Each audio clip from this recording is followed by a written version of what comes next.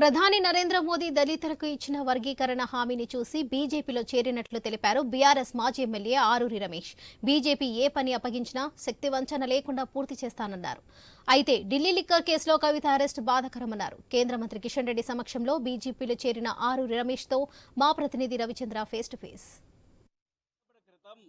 BJP రాష్ట్ర అధ్యక్షులు కిషన్ రెడ్డి సమక్షంలో ఆరూరి రమేష్ గారు గతంలో 2 సార్లు ఎమ్మెల్యేగా వర్ధనపేట ఎమ్మెల్యేగా పనిచేశారు. వారు బీజేపీలో చేరారు.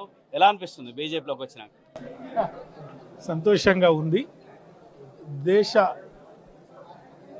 ఈ భారతదేశ మహోన్నతిని ప్రపంచ స్థాయిలో నిలిపిన మరి మోడీ గారి నేతృత్వంలో పనిచేసే క్రమంలో ఈరోజు బీఆర్ఎస్ పార్టీలో చేరడం జరిగింది. మరి మోడీ గారి కుటుంబ సభ్యుల్లో నేను ఒకరిగా ఫీల్ అవుతున్నాను.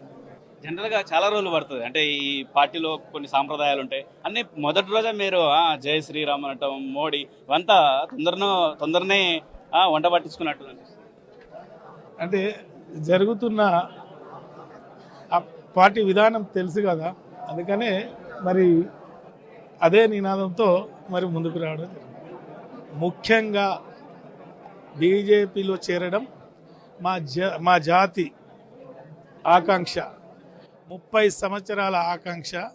ఈ ఎస్సీ వర్గీకరణ ఏదైతే ఉందో అది నెరవేరబోతుందనే ఒక సంతోషం.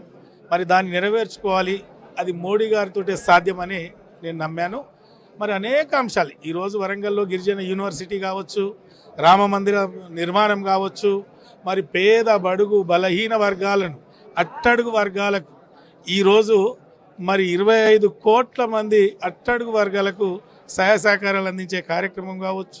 చాలా, 1 కాదు 2 కాదు, మరి అలాంటి కార్యక్రమాలని ఆకర్షితులమై ఈరోజు ఈ పార్టీలో చేరడం జరిగింది. గతంలో 2 సార్లు కూడా భారీ మెజార్టీతో వర్ధనపేటలో గెలిచారు. మళ్ళీ అదే సీన్ ఇప్పుడు ఎంపీగా రిపీట్ అవుతుంది అనుకోవచ్చు.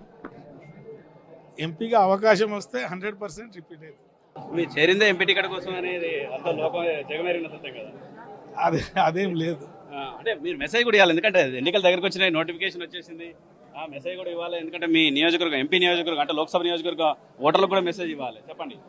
వరంగల్ పార్లమెంట్ అభ్యర్థిగా వస్తే మరి మోడీ గారి నాయకత్వంలో వరంగల్ రూపురేఖలు మార్చే కార్యక్రమాలు కూడా తీసుకుంటాం.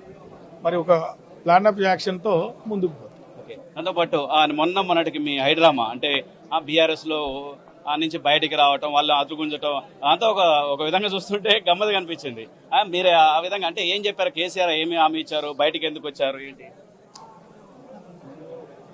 రాజీనామా కోసం ప్రెస్ మీట్ పెట్టినప్పుడు మరి అధిష్టానం ఫోన్ చేసినప్పుడు ఒకలాంటి ఫీలింగ్, ఆ కుటుంబంతో ఉన్న అనుబంధం మరి నిజంగా విడదీయరానిది. మరి అందుకే మరి పిలిస్తే వెళ్ళాము. మళ్ళీ పార్టీలో చేరే నిర్ణయం కూడా తీసుకోవడం జరిగింది. అంటే ఏం చెప్పారని వారు ఏం చెప్పారు? అంటే టికెట్ రాదని చెప్పలేదు, ఏం చెప్పారని? టికెట్ విషయం ఏం లేదు, మనం కలిసి ఉన్నాం, అవసరం అనుకుంటే టికెట్ కూడా తీసుకోండి, పోటీ చేయాలని చెప్పారు. కానీ కొన్ని అధిష్టానం నాకు అన్ని విధాలుగా సహకరించిన మొన్నటి ఎన్నికల్లో స్థానికంగా మరి ఏ విధమైన వెన్నుపోటు మోసం జరిగిందో దానికి బాధగా మరి నేను బయటికి రావడం జరిగింది. హరిశంకర్కి ఆల్రెడీ ఎమ్మెల్యేగా టికెట్ ఇచ్చారు, ఆయన గెలిచినారు. అయినప్పటికీ అదే కుటుంబం నుంచి ఇచ్చారు కదా, దీన్ని వారించలేరా మీరు? అట్లా ఎందుకు అని నిర్ణయం తీసుకు? అది ధర్మంగా మాదిగలకు ఇవ్వాలి, మాదిగలకు ఇవ్వాలి. కానీ ఇక అధిష్టాన నిర్ణయం మేరకు అది జరిగిపోయింది. మరొక అంశం కూడా, మీరు మీ కొత్త పార్టీ అంటే మీరు చేరినటువంటి పార్టీ, గతంలో వదిలేసిన పార్టీ మధ్యలో కవిత వివాదం భగ్గమంటుంది. కావాలని లోక్సభ ఎన్నికల ముందు అరెస్ట్ చేశారంటూ అంటున్నారు. దాన్ని ఏ విధంగా చూస్తున్నారు? ఏమంటారు మీరు? ఆ కవితకది చాలా బాధాకరం. మరి చట్టం తన పని తను చేసుకుపోతుందని ఇందాక కిషన్ రెడ్డి గారు కూడా అన్నారు. మరి కావాలని చేశారా లేదా ఆ కుటుంబం పైన కావాలని చేశారా లేదా నిజంగానే జరిగిందా అనేది మరి పరిశీలనలో తెలుస్తుంది. కాబట్టి దాని మీద నేను ఏం మాట్లాడాను. అంటే ఇది అరూరి రమేష్ గారు చెప్పింది. మొత్తానికి ఓ ఎంపీ టికెట్ గా అంటే బీజేపీ హైకమాండ్ అభ్యర్థిగా నిర్ణయం తీసుకుంటే ఆ విధంగా ముందుకెళ్తాం, ఎవరు అభ్యర్థి అయినా గెలుపొందే విధంగా ప్రణాళికలు రూపొందిస్తామని చెప్తున్నారు ఆరూరి రమేష్.